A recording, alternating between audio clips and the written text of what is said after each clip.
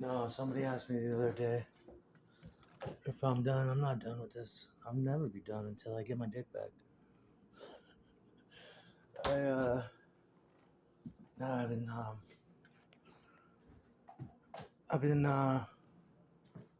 cleaning up and deciding what I'm gonna do with the rest of my life and trying to get.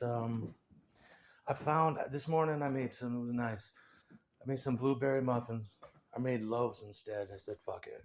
I put them in 8x4 pans. Cooked them up. That was very therapeutic. Covered them with, caramelized them with sugar. Used a stick and a half for both loaves, and that shit is and real blueberries. And the house smells great. And I gotta get my electricity done and my washer done. And that's it. I've been listening to the Small Faces a lot on repeat because I haven't heard it in 20 years. I've been thinking about Rich and Ted and Tim, so I was looking for that record. I put that on and brought back a flood of memories. Just concentrating on that meal about ass. And that's all that matters. The best part is I found a 30 milligram crosstop white generic Adderall up there.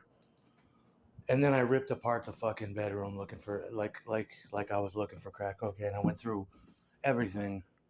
Decided to clean the bedroom. I took the 30 and they're these weird generics I had left over from the last batch. And they're done with like a crummy pill press rather. And they look bad. They look like they're bad for you. They don't even look like Xandos grade or whatever, but I remembered them because they were the first white Adderalls I've ever had in 30 milligram form with crosstops. I took it about 45 minutes ago, and it just punched me. Like, I can't believe I got off on that. So now I'm just thinking about I must get more Adderall. I could tell it's working because my dick was getting hard, and then I started fucking with the guitar, and I'm like, I gotta get more Adderall so I can play my music. But it was kind of a bummer. I remembered it too. Like, I remember last year losing 2 on the floor, and I'm like, oh fuck, I'll get them later. And they were under the bed. Those white Adderall are fucking good. Those generics, they're not the big flat orange with flecks. They're not the tabs with the beveled edge, the oval tabs. They're these white chalky motherfuckers, and they kill your stomach, but they are so good. They don't give you that paranoia, and they last a long time. But in this area, maybe it's different with Trump now. I'm hoping it is. I got my fingers crossed. I'm just asking. I gotta go to the Samaritan Hospital and ask them if they can help me get some fucking meds, because I'm just not medicated, and it's not good. I mean, it's good if you want to live a stagnant, static life and do the same thing every day. Drink a 6-pack, pass the fuck out. But that shit's getting old. So I really need a fucking doctor. And this summer's been brutal. It's been in excess of 110 up here. Shit's brutal. But that's what I've been doing. I've been listening to that. Fucking Marriott, what a fucking singer for Small Faces. See, people always said, don't you like Zepp? I'm like, yeah, I like him like anybody does. But besides the guitar, if I want to hear Zepp, I'll just listen to Small Faces. That shit is great. I get a lot of weird looks from people walking by. They're like, what the fuck is he listening to? Well, hopefully this doctor with my insurance, because, I am supposed to be taking heavy psychotropic drugs, but I don't. And it's not a matter of money, because I got the dough I'm willing to spend in upwards of $250 to $400 for a doctor, because these doctors are serious. They want to talk about natural ADHD. No such thing. No, I went to school and I had a real hard time. If I had Adderall, I could have graduated that shit. My life would have been a whole different ball game. But they're tightening it up on that Adderall shit because they just give it to everybody, and it's not for everybody. It's not you know, it's just not for everybody. It's got to be. I mean, it's you will become addicted to it. It's just good. But nowadays, instead of taking 120 a day, which would fucking kill me now, I think I can let them. I think I can talk this doctor into 90 milligrams, which is 330s, and they don't want to cut me Xanax anymore because I had a very bad Xanax problem.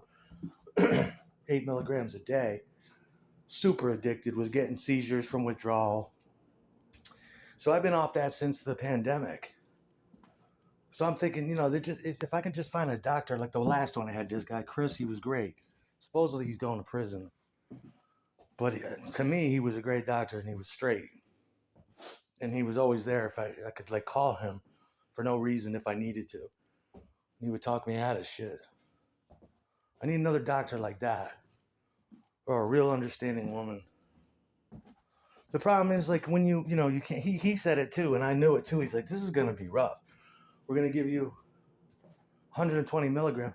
You're gonna have a real hard time going to sleep. It's like I know, but they've got it written in the master file from my doctor 20 years ago. No more Xanax.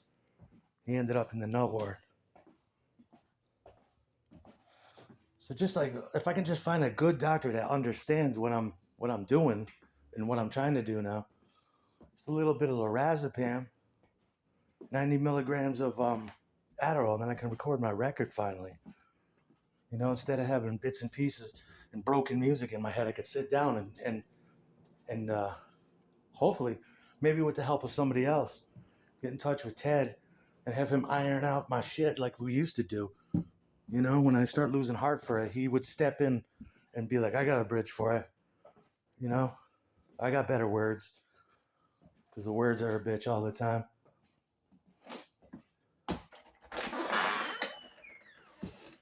And I'm still trying to get a roommate, but it's got to be thinking about getting my nephew in here. My nephew Christian, that'd be nice. Or even maybe ask my brother-in-law Bob to come for a little while so I could save up some money. And we both got the same substance issues, so. But that's it. I ain't going nowhere. If I'm gonna do something, I want it to be good. I don't want it to be because I'm mad. I don't want it to suck. But yeah, I'm trying before, because I'm not playing anymore. I'm not doing music, and it doesn't feel right. But you can't force yourself to do it. I figure if I can get into some kind of therapy, maybe, too, or something, they would promote that kind of thing.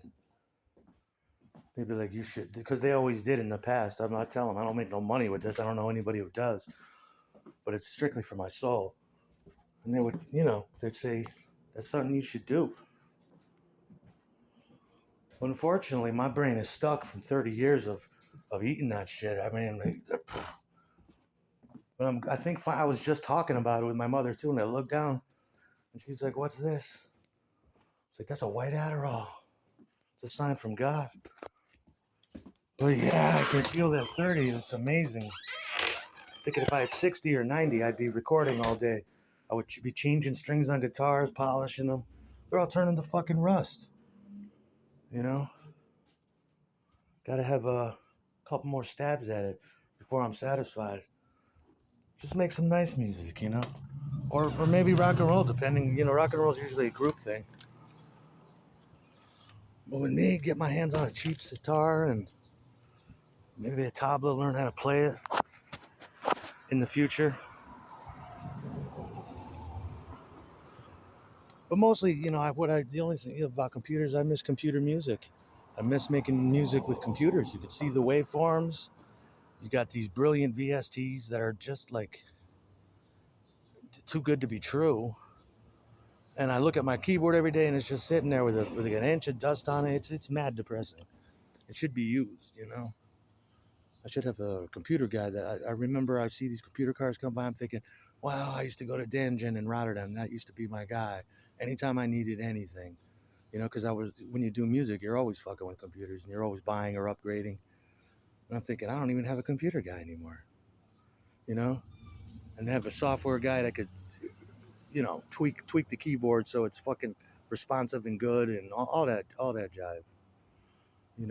I don't even know what's out there now. I've been on this fucking cell phone like on an island for 15 years, a bad island.